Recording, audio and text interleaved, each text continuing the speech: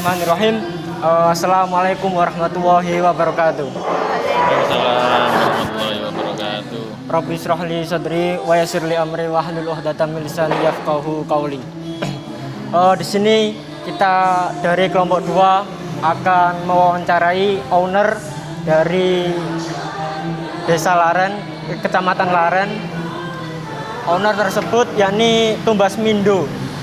Di mana owner tersebut sudah kira-kira sudah meluas lah di berbagai kabupaten. Sebelumnya saya perkenalkan dulu kelompok saya.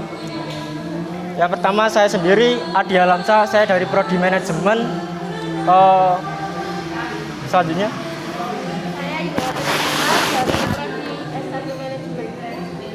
Saya Mas Nandi dari Manajemen. Dan saya Vega Octavia Berliana dari Prodi S1 Manajemen. Oke, langsung saja ke poin pentingnya. Di sini sudah bersama Mas siapa? Fian. Mas Fian.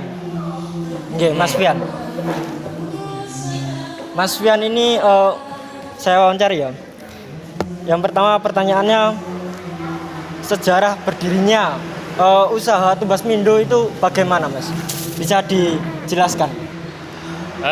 Perkenalkan dulu, nama saya Fian Adianto.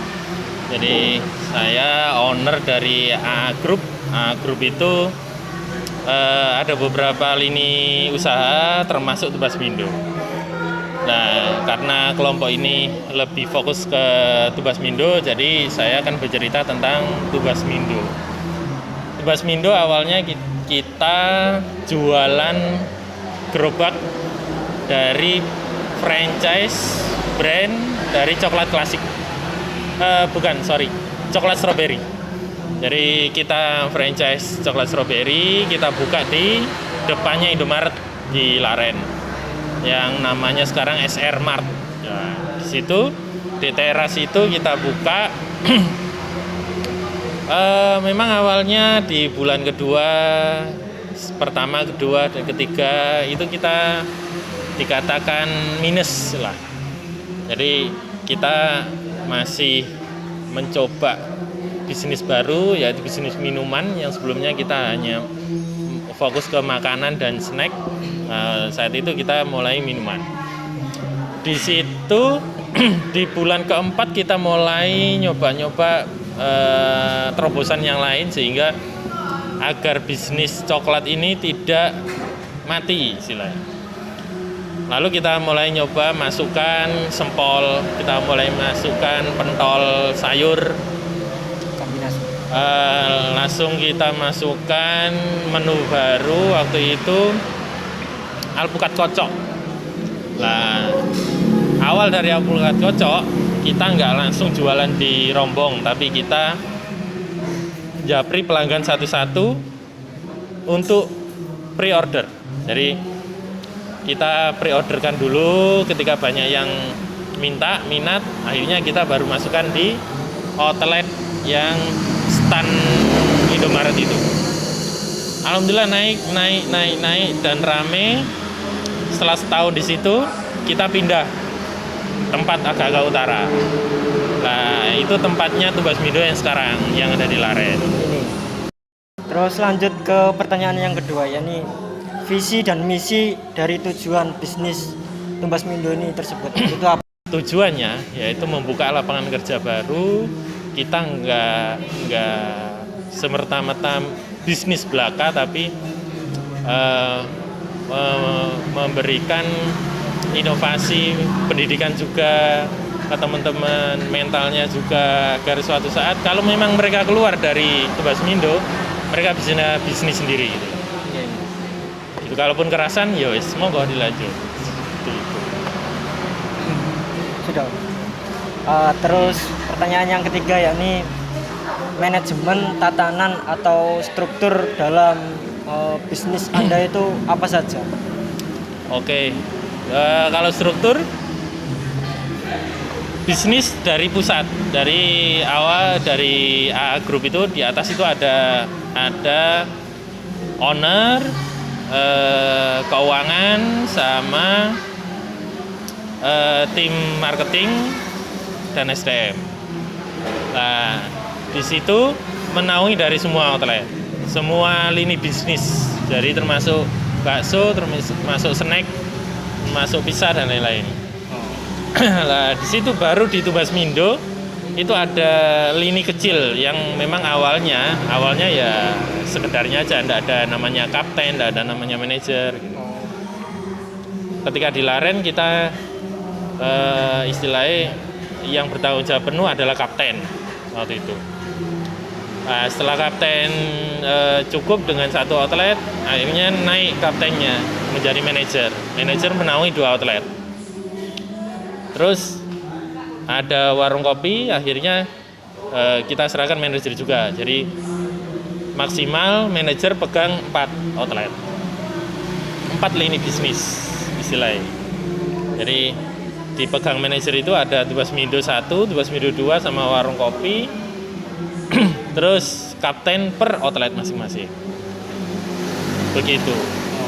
Itu stratanya. Baru nanti ada tim eksekutor namanya. Tim eksekutor ya teman-teman yang istilahnya bantu kinerja kapten. Gitu. Terus pertanyaan selanjutnya, tips menjadi wirausahawan yang sukses itu seperti apa? Seperti gimana? Sebenarnya kesuksesan kan ukurannya masing-masing. Nah, macam-macam. Ada yang merasa bahwa ketika omsetnya tinggi, punya pendapatan banyak, itulah kesuksesan bagi dia. Tapi bagi saya, kesuksesan itu ketika saya punya waktu banyak untuk keluarga, untuk anak, dan bisa melakukan ibadah dengan santai, tanpa istilahnya harus kesusu gini-gini dan lain sebagainya. Tipsnya, intinya sabar. Jangan takut rugi, jangan takut gagal.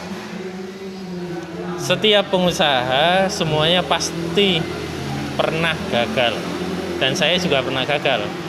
Saya juga pernah buka bakso terminal sampai 4 outlet, tutup semua jadi 1. Dan itu bukan nilai yang kecil. Itu 1 outlet aja kita paling 600-an juta lebih. Ada paling kecil 150 dan itu tutup semua. Tinggal 1 aja di Laren. Nah, hal-hal seperti itu kadang mental dari pengusaha itu down. Ketika down, triknya apa? Silaturahmi yang banyak. Jadi jalan-jalan. Terus jalan-jalannya bukan hanya jalan-jalan ke pantai ke itu ya, tapi silaturahmi ke teman-teman bisnis yang memang sudah mengalami istilahnya perihnya pengusaha. Jadi petuah-petuah beliau-beliau itu memberikan kita semangat baru agar kita terus, oh iya, bukan hanya saya ternyata kan. Dan itu saya juga menyadari ketika itu memang saya down, tapi memang ini hal yang harus saya lewati untuk mencapai yang lebih tinggi. Dan itu terus. Intinya itu. Terus Mas, bagaimana teknik pemasarannya pada Tubasmindo ini?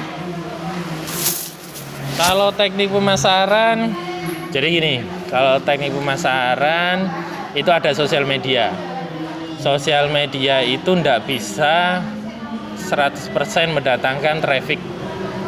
Kuliner itu skalanya hanya lingkup kecamatan. Gak mungkin orang yang dari Jakarta ke sini hanya untuk nongkrong di Tubasmindo, gak mungkin. Padahal sosial media bisa dilihat dari Jakarta. Nah, sosial media itu adalah ranah komunikasi kita kepada pelanggan. Itu jalannya agar kita komunikasi.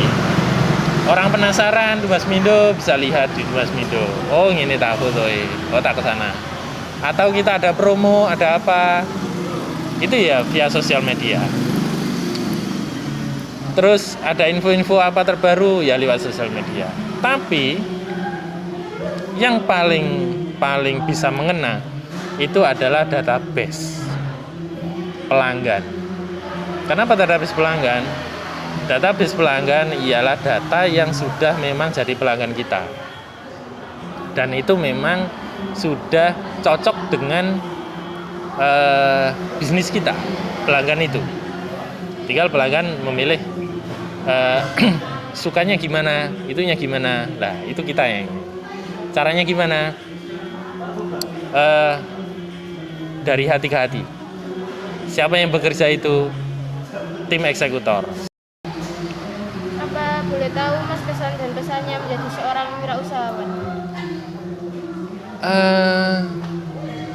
Kesan dan kesan. Kalau bagi saya sih, karena dari kecil saya itu bukan tipikal orang yang suka diatur aslinya. Jadi saya itu dari kecil memang agak nakal sedikit. Jadi saya jarang sekali di rumah. Dolinane mancing, golek keong, nembian iku apa keket. Nah, sekarang kan nggak ada. Dulu seperti itu. Jadi bagi saya kerja di kantor itu sebuah penjara bagi saya. Nah, bagi saya ketika bisnis yang seperti ini itu nikmat banget. Ketika kita bisa berinteraksi, kita bisa membangun sistem, ketika kita bisa membuat yang bermanfaat bagi orang, membuat hal baru, wah nikmat banget. Jadi meskipun nggak tidur sehari, tapi kita pasti berharap hasilnya bisa memberi manfaat kepada banyak hal. Begitu. Kalau pesannya tetap harus positive thinking.